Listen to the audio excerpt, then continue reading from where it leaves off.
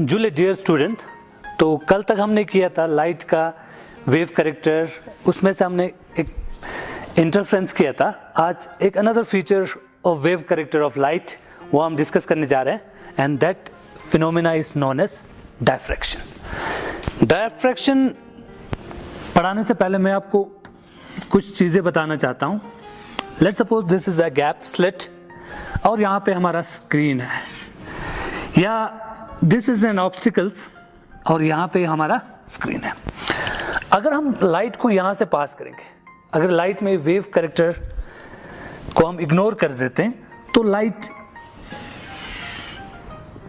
अगर लाइट बहुत दूर से इन्फिनिटी से आ रहा है तो इसका एक रीजन होगा जहाँ पे ये स्क्रीन को इल्यूमिनेट करेगा। So this is the region जिसको ये इल्यूमिनेट करेगा। इस रीजन के जो ऊपर वाला पोर्शन है यहाँ पे शैडो होगा, एज वेल एज यहाँ पे भी शैडो होगा, इन केस अगर हमारा सोर्स इन्फिनिटी पे। अगर हमारा सोर्स इन्फिनिटी की जगह फाइनाइट डिस्टेंस पे है, let's suppose this is our source, तो ये क्या करेगा, इस स्लिट से होता हुआ इस रीजन को इल्यूमिनेट करेगा। बाकी वाला जो रीजन है, and this region is shadow of, यहाँ पे शैडो रीजन है ब्लैक, या इसके नीचे शैडो होगा, एंड इसको हम ज्योमेट्रिकली शैडो एरिया डिफाइन करेंगे। सो शैडो शैडो। अब क्योंकि लाइट वेव करेक्टर है, तो यहाँ कॉर्नर्स पे, स्लिट्स पे ये बेंड होगा और ये एंटर करेगा ज्योमेट्रिकल शैडो एरिया में। सो ये बेंड होके ज्योमेट्रिकल शैडो एरिया को भी इल्यूमिनेट करेगा, ये बेंड होके ज्योमेट्रिकल शैडो एरिया को भी इल्यूमिनेट करेगा, and this phenomena is known as bending of light at the corner and entering the geometrically shadow region. This phenomena is known as diffraction. So diffraction we can define as phenomena in which the light bends at the corner and enters the geometrically shadow region is known as diffraction. Now I will discuss, so this is our obstacles. यहाँ पे हमारा light fall हो रहा है, incident हो रहा है, so this are plane wave front.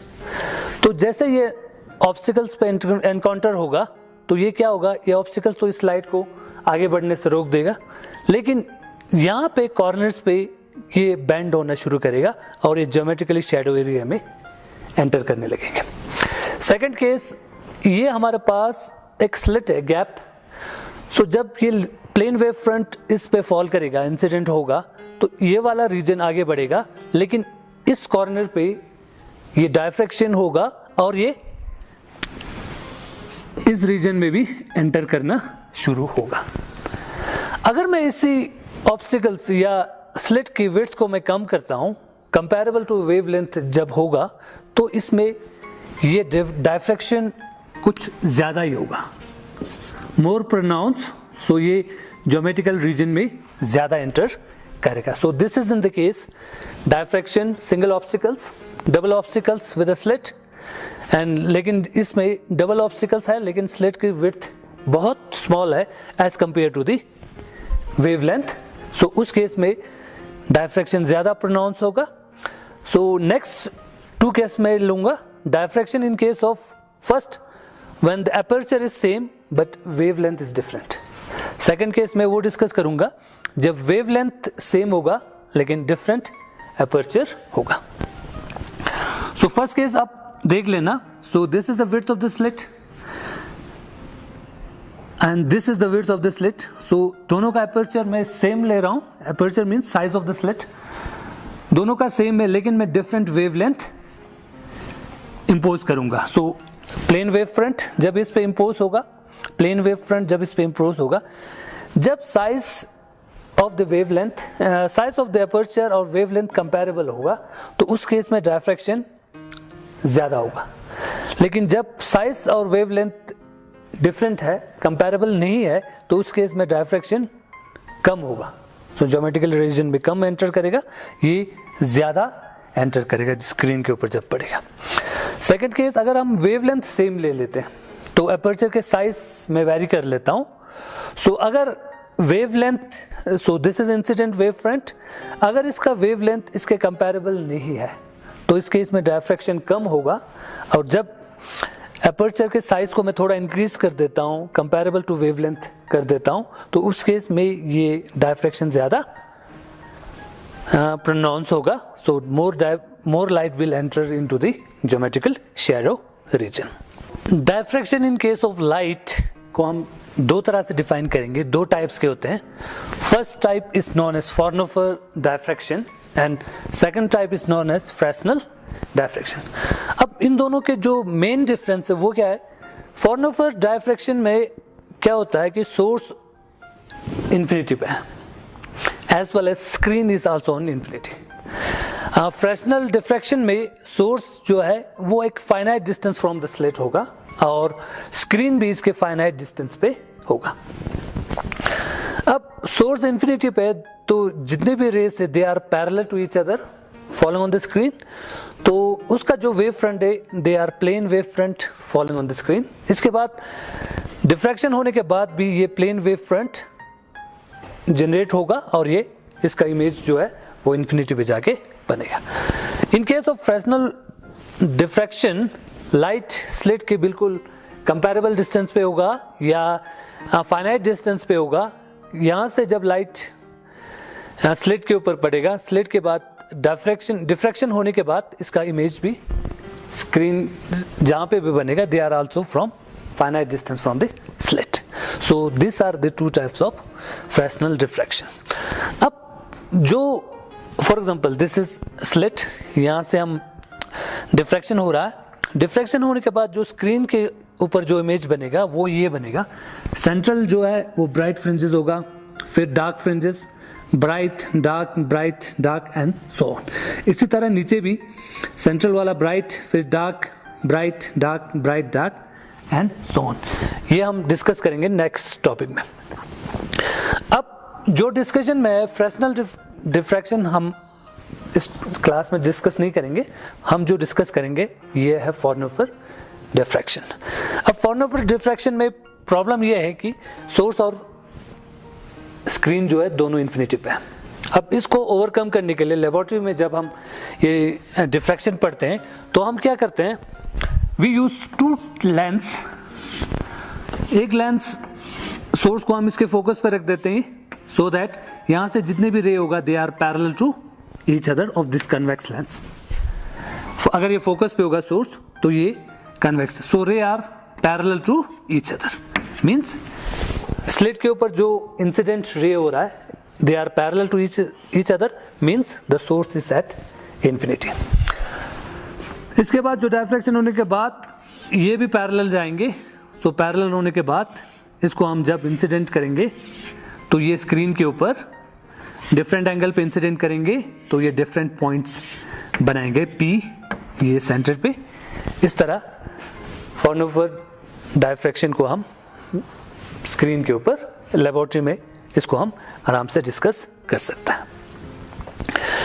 अब नेक्स्ट वी विल आल्सो कि इसका जो विड्थ होगा बाकी विड्थ के कंपैरेबल में डबल होगा. बाकी विड्थ जो डार्क एंड ब्राइट फ्रिंजेस है they are of equal length, तो इसकी इंटेंसिटी भी मैक्सिमम होगा और इंटेंसिटी ये डिक्रीज होता जाएगा, नीचे की तरफ भी ये डिक्रीज होता जाएगा. कैसे डिक्रीज होगा I will discuss in the next topic. So now we will discuss diffraction at single slit case of Fraunhofer diffraction. इसमें हम क्या करेंगे, सोर्स को इस लेंस के फोकस पे रखेंगे सो दैट यहाँ से पैरेलल बीम्स ऑफ लाइट निकले और जो हमारा वेव फ्रंट हो they are plane wave front. जब ये वेव फ्रंट इस स्लिट के ऊपर पड़ेगा जिसका विड्थ स्मॉल a, तो रेक्टिलिनियर प्रोपोगेशन ऑफ लाइट के हिसाब से यहाँ पे एक स्क्रीन के ऊपर एक sharp image of the slit बनना चाहिए, लेकिन वेव नेचर होने के कारण यहाँ पे स्क्रीन पे हमें एक sharp image of the slit की जगह एक डिफ्रैक्शन पैटर्न मिलेगा जहाँ पे सेंटर पे ब्राइट फिर डार्क ऐसे करते हुए, सिमिलरली नीचे की तरफ सेंटर ब्राइट डार्क ऐसे अल्टरनेटिव पैटर्न मिलेंगे. सो उसको डिस्कस करने के लिए, so width of the slit is A distance between the slit and the screen is d, so we will discuss step by step. सबसे पहले सेंट्रल पे bright fringes,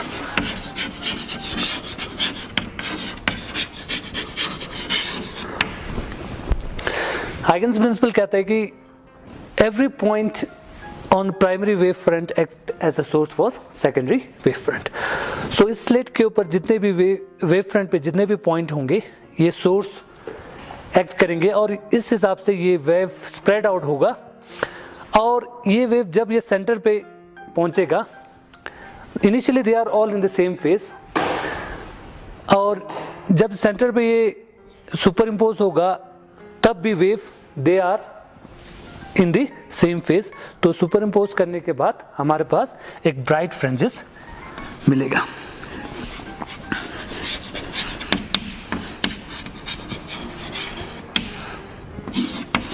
due to the superposition of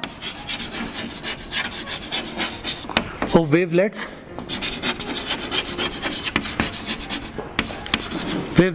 which are in the same phase,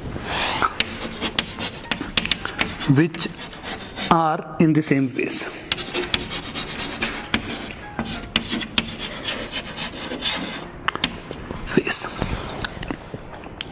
तो जो centre पे हमारे पास एक bright fringes होगा। अब जो भी वेवलेट्स यहाँ पे पहुंचेगा, first they are all in the same phase, second इस पे जितने भी पॉइंट है, फॉर एग्जांपल पॉइंट ए ये इतना डिस्टेंस कवर करेगा, पॉइंट बी से जो वेव होगा ये इतना डिस्टेंस कवर करके यहाँ पे, सो इन दोनों के बीच का जो path difference they are also zero. So similar इसके क्रॉसपॉन्डिंग, तो इस तरह सभी के पाथ डिफरेंस भी जीरो होंगे, इसकी वजह से all in the same phase, तो यहाँ पे सेंट्रल ब्राइट फ्रिंजेस मिलेगा। सो नेक्स्ट पॉइंट हम डिस्कस करेंगे एट पॉइंट पी, यहाँ पे कि ब्राइट होगा डार्क होगा कैसे कैसे होगा वो हम डिस्कस करते जाएंगे स्टेप बाय स्टेप। सो इसको हम डिफाइन करेंगे सेंट्रल ब्राइट फ्रिंजेस।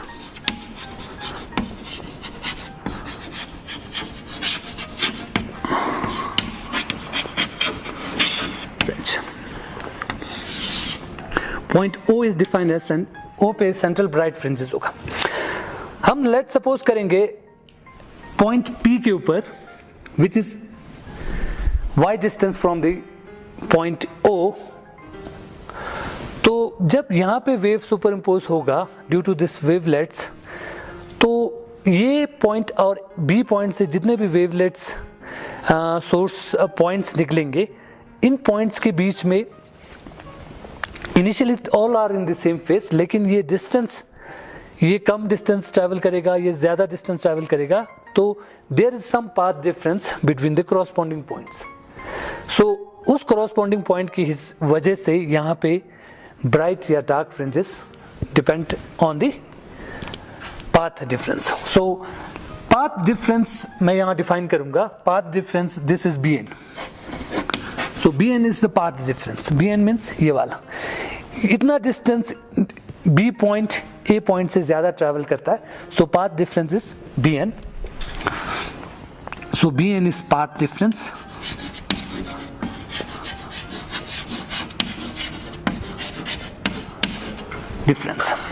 ये कब होगा?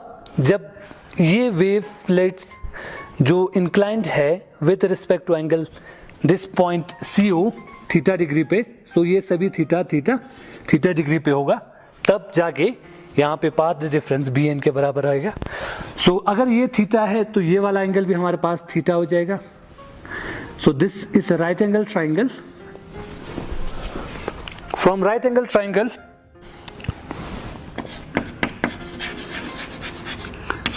a right angle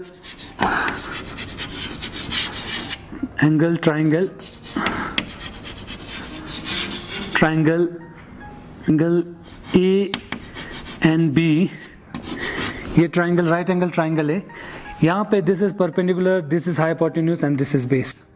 so Bn upon AB, this is equal to sine of theta. perpendicular upon hypotenuse, this is equal to sin theta. Hypotenuse AB is hypotenuse which is the width of the slit के बराबर होगा. So this is BN is equal to AB cross multiplying. AB is nothing but width of the slit which is defined as A sin of theta. So जो हमारा path difference है BN, so this is equal to A sin of theta. So point P पे which is making an angle theta, तो यहाँ पे जो path difference होगा that path difference is equal to A sin of theta. अब यहाँ पे diffraction light होगा या bright होगा, that depends on the path difference. So we will discuss one by one the path difference कितना है उसके corresponding. वहाँ पे bright होगा, maximum होगा, या dark होगा तो वहाँ पे minimum intensity का होगा. So center पे center bright fringes, उसके बाद यहाँ पे जो dark fringes होगा just ऊपर इसके just above, तो इसको हम secondary minimum कहेंगे. उसके इसको हम कहेंगे फर्स्ट सेकेंडरी मिनिमम. फिर उसके बाद ब्राइट होगा, फिर उसके बाद डार्क होगा, इसको हम सेकेंडरी मिनिमम, फिर ब्राइट, फिर dark third secondary minimum and so on up to nth secondary minimum. उस टर्म को हम डिराइव करने के लिए स्टेप बाय स्टेप हम चलेंगे. क्वेश्चन ऑफ सेकेंडरी मिनिमम के लिए सो फर्स्ट केस हम डिस्कस करेंगे वो है first secondary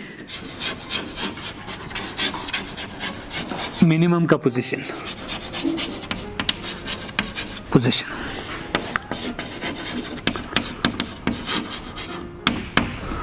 So since path difference Bn, this is equal to A sin of theta. A sin of theta. So हमारा equation 1 ये रहा. So P is the point, यहाँ पे जो path difference होगा, that path difference अगर Bn is equal to 1 lambda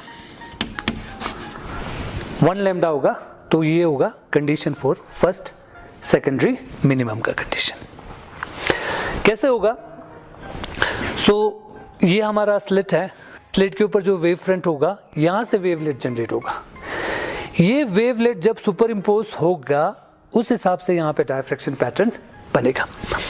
since यहाँ पे जितने भी वेवलेट्स आ रहे हैं इस पॉइंट और इस पॉइंट के बीच में अगर पाथ डिफरेंस लैम्डा, इस पॉइंट और इस पॉइंट के बीच में अगर पाथ डिफरेंस हमारा लैम्डा होगा तो इस स्लिट को मैं दो हिस्सों में डिवाइड करूंगा, टू हाफ्स, ये यहाँ से यहाँ, यहाँ से यहाँ.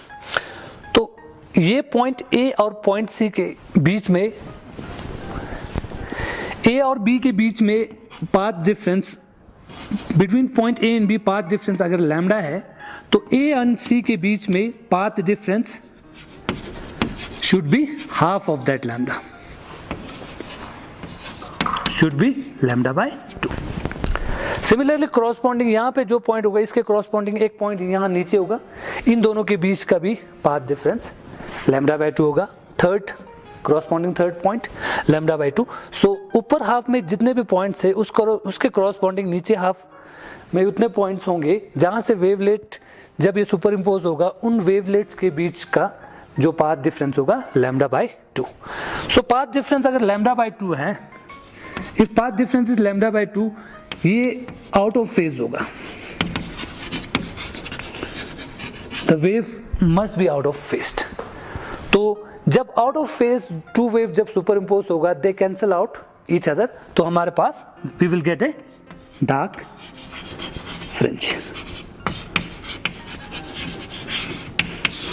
सो इन दोनों पॉइंट के बीच में अगर वेवलेंथ लैम्डा है तो इसको टू हाफ्स में डिवाइड करने के बाद ऊपर वाले पॉइंट्स के क्रॉसपॉन्डिंग नीचे वाले पॉइंट्स पे वेवलेट जब यहाँ पे सुपर इम्पोज होगा they are out of phase, और जिसकी वजह से हमारे पास यहाँ पे डार्क फ्रिंजेस मिलेंगे. इसको हम कहेंगे first secondary minimum position. So first secondary minimum के लिए let this angle is θ1. So sine of θ1 path difference should be equal to 1 lambda. So यहाँ से इक्वेशन आएगा sine θ1 is equal to lambda by a. So ये हमारा equation 1। फिर मैं consider करूंगा ये राइट एंगल ट्राइंगल। यहां पे राइट एंगल ट्राइंगल में से दिस इज परपेंडिकुलर और this is base and this is theta. So यहां से tangent theta is equal to perpendicular upon base. So tangent angle theta 1 है, so that angle theta 1 is equal to y अपॉन perpendicular upon base. Base is CO. CO is the distance between the screen and the slit. So this is equal to D. This is equation 2. Since diffraction pattern is small region as compared to the distance between the screen, तो इसमें से जो angle है theta 1, theta 2 and so on, this angles is very very small. जब angle is very small, so sin theta is equal to theta, equivalent to theta 1, and tangent theta is also equal to theta 1. So theta 1 is equal to lambda upon a, theta 1 is equal to y upon d. इन दोनों equation में left hand side दोनों बराबर है, तो right hand side should be equal. So y upon d this is equal to lambda upon a. So इसको मैं y1 से represent करता हूँ, y1 अपॉन d. So this equation y1 this is equal to lambda d upon a. This is the position of first secondary minimum. So y1 this is equal to lambda d upon a. So position of first secondary minimum इसको मैं यहाँ लिख लेता हूँ. So this is equal to lambda d upon a. Now मैं derive करूंगा position of secondary minimum. So path difference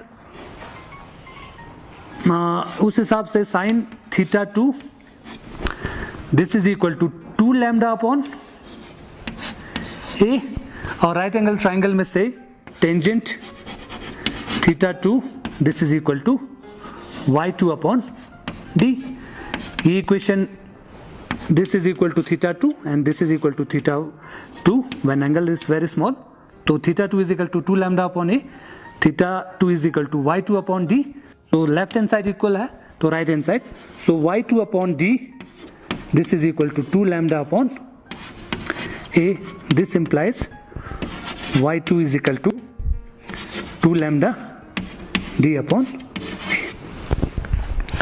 तो अगर इन दोनों के बीच का पाथ डिफरेंस यहाँ पे जो सुपर इम्पोज हो रहा है that is equal to 2 lambda, तो इसको हम 4 हिस्से में डिवाइड कर सकते हैं. फर्स्ट 2 हिस्सा सेम जो पहले हमने डिस्कस किया, उनके बीच का पाथ डिफरेंस करॉस्पॉन्डिंग पॉइंट्स के पाथ डिफरेंस होगा lambda by 2. So cancel out of phase, so यहाँ पे 0 होगा. सो नेक्स्ट 2 हाफ्स का भी करॉस्पॉन्डिंग पॉइंट्स के बीच का जो पाथ डिफरेंस यहाँ पे होगा that is also out of phase, so ये भी कैंसल आउट हो जाएगा. सो यहाँ पे जितने भी वेवलेट्स पहुंचेगा जब सुपर इम्पोज होगा they will be out of phase with each other, and यहाँ पे हमारे पास सेकंड डार्क फ्रिंजेस मिल जाएगा. उस हिसाब से position of the second dark fringes this is equal to 2 lambda D upon ए.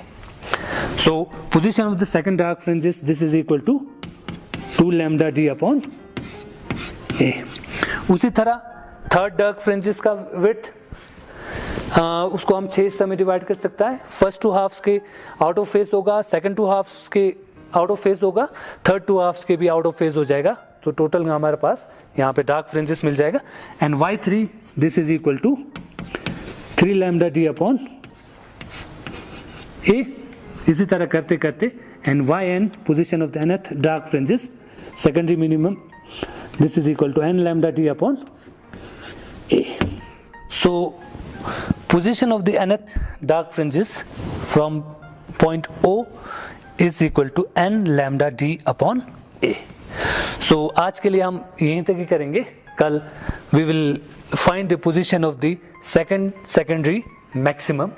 उसके बाद हम जो fringe width है उसको डिस्कस करने के बाद diffraction is complete. So thank you and Julie.